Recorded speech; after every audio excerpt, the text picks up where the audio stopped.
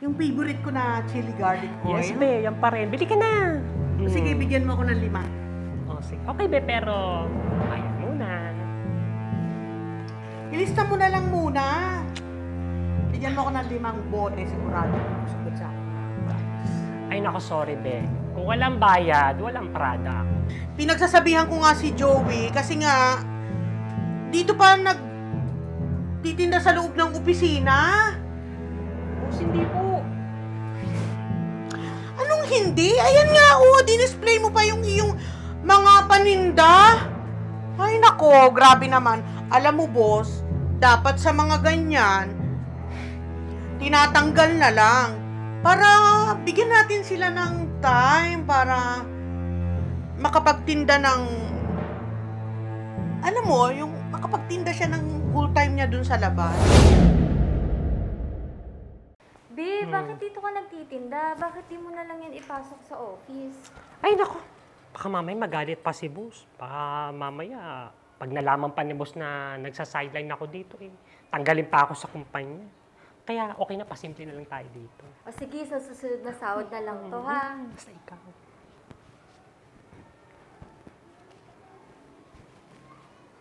Uy! Be! Chili garlic. Ano yan? Yung favorite ko na chili garlic oil. Yes, be. Yan pa rin. Bili ka na. Sige, bigyan mo ako ng 5. Oh, sige. Okay, be. Pero, bayad muna. Ilista mo na lang muna. Bigyan mo ako ng 5 bote, sigurado ubus agad sa akin yan. Promise. Ay, nako, sorry, be. Kung walang bayad, walang product. Parang namang hindi ka babayaran. Ay, nako. Be, nakakailang ko na sa akin. Nakaka-30 bote ka na yata. Kaso wala ka pa nababayaran kahit isa. Kaya, bayad muna. Hoy, Be, para kang hindi ka office mate, ah. Tsaka, dahil ba dyan sa garlic chili oil na yan, hindi kita babayaran? Natakbuhan ba kita? Babayaran kita. Katrabaho mo ako, hoy.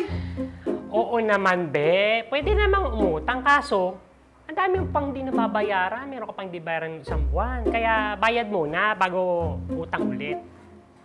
Eh, kung ayaw mo, diwag, bulukin mo yan. Tsura. May pilik mata, walang pambayad.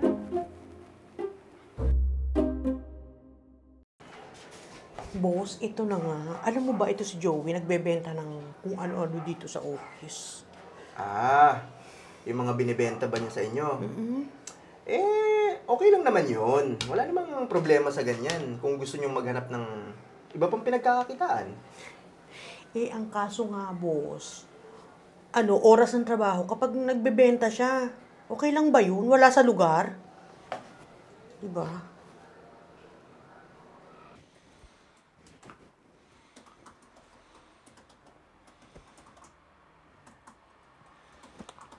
Ay, B, asan na yung paninda mo na chili garlic? Nagustuhan kasi yun ng friend ko eh.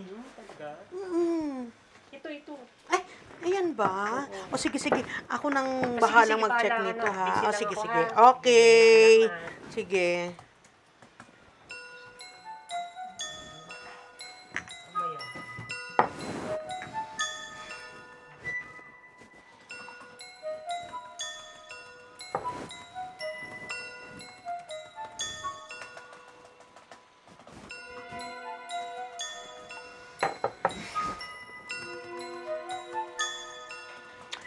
Ay, grabe naman, B.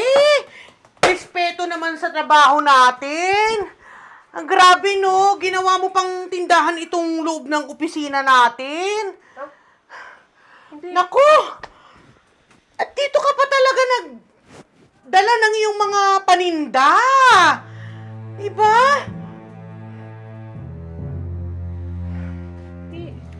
Ay, naku, be. Nandito tayo para magtrabaho, hindi para magtinda lang kung ano-ano. Ay, boss, andyan ka pala. Joey, ano to? Ito na nga, boss. Pinagsasabihan ko nga si Joey kasi nga, dito pa nagtitinda sa loob ng opisina. Boss, hindi po. Anong hindi? Ayan nga, dinisplay mo pa yung iyong mga paninda. Nako, grabe naman. Alam mo, boss, dapat sa mga ganyan, tinatanggal na lang. Para bigyan natin sila ng time para makapagtinda ng, alam mo, yung makapagtinda siya ng full time niya dun sa labas. Boss, Di ba? Joey, pumunta ka sa opisina ko at mag-uusap tayo. O, di ba? Ang damot mo kasi.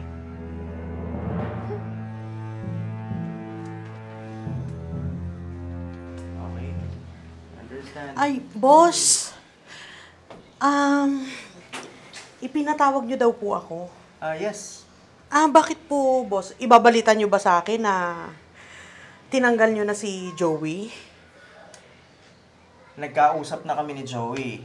At hindi na siya magbebenta dito sa opisina sa oras ng trabaho. Yan ang pangako niya. Yun lang yun, boss? Walang punishment? Wala. Pero may warning na si Joey sa akin. At nangako siya na hindi na siya magbebenta sa oras ng trabaho. At ikaw din, meron ka ring warning sa akin, ha? Ako, boss? Pero hindi naman ako nagtitinda dito sa loob ng office natin, Hindi ka nga nagbebenta or nagtitinda, pero napakalaki naman ang utang mo dito kay Joey. Napag-alaman ko na kuha ka lang daw ng kuha ng paninda ni Joey, hindi ka naman nagbabayad. Hindi ka ba nahihiya? Oo na, Joey. Babayaran ko na. Sinabi mo pa talaga kay boss. O siya, basta't ayusin nyo yung gusot na yan. At ayoko ng gulo dito sa opisina ko. Opo, boss. Okay, turn. Sumbongero. Ayusin nyo yan, ha?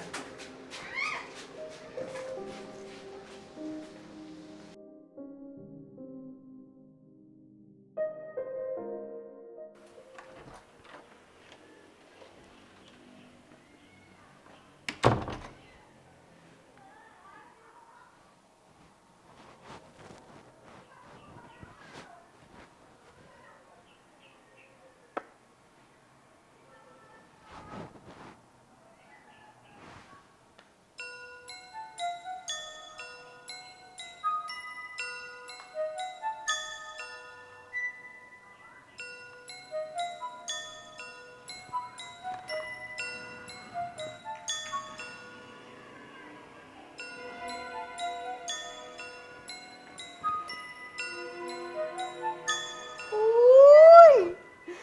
Grabe ba? Favorite ko pa naman to.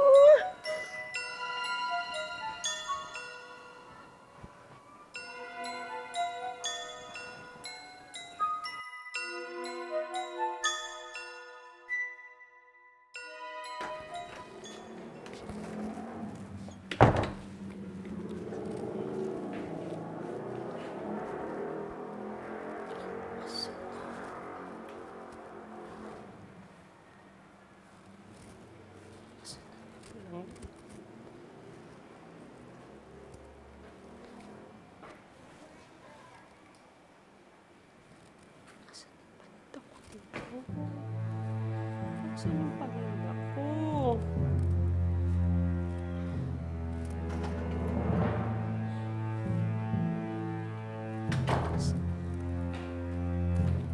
Oh, Joey, ano yung hinahanap mo? Yung mga paninda ko. Andito lang yun eh. Dito ko iniwan. Baka nilagay mo sa ibang lugar. Check mo muna.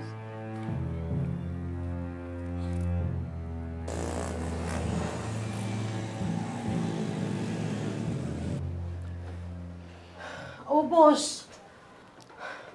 Hindi pa rin ba tapos yung issue nitong si Joey? Olive, bakit mo naman nagawang magnakaw dito sa opisina? Pero, boss issue yan. Olive, kitang-kita ka sa CCTV na ninakaw mo ang mga panindang chili garlic oil nitong si Joey. Pero, boss... Itatanggi mo? Amen. Be, namuhunan ako dun, be. Tsaka yung Hindi ko lang pinupulot yung pinampuhunan ko doon. Tsaka yung pagkakakitaan nun, pambili ko ng maintenance ng mama ko yun. Olive, malaking issue to. Grabe, trust issue. At malaking pagkakasala ang pagnanakaw. I'm sorry, Olive, pero you're fired. Olive, hindi ko matatanggap yung mga ganitong behavior. So you may leave.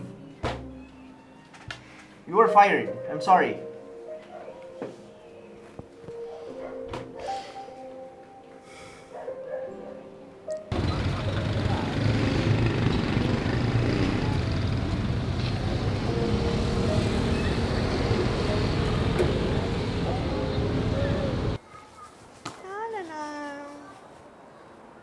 Joey, be? Olive! Ay, be. Napatawad mo na ba ako? Oo naman. Matagal na yun. Kung ano may nangyari nun, wala na yun. Kamusta ka na? Eto, nag-focus na ako sa pagtitinda. Nakarma ata ako, be, kasi nahirapan akong nakahanap ng trabaho. Pero, okay lang naman kasi nakaka-survive naman ako sa pagtitinda ko dito sa amin. Alam mo, be, nauunawaan na kita ngayon kasi ang hirap pala noon na yung puhunan mo hindi bumabalik kasi inuutang. Ay, salamat sa dati, be, ha? At least, now you know. Oo, be, Diyos ko, ang dami kong natutunan sa mga nangyari. Saka, be, nagbago na ako, sobra. Ang dami ko kasing realization eh. Thank you, be, ha? Thank God, Be. Kay Lord ka magpasalamat. Thank you, Lord. O ano, ito perfect ito dun sa chili garlic. Talaga? Oo! Yung chili garlic ko meron na sa SM. Wow, talaga ba? May hindi ka Tsaka ba? sa Robinson. Meron. Shopee sa pati sa Shopee tsaka sa The things for only you to know. You will tell a different story than you've been told.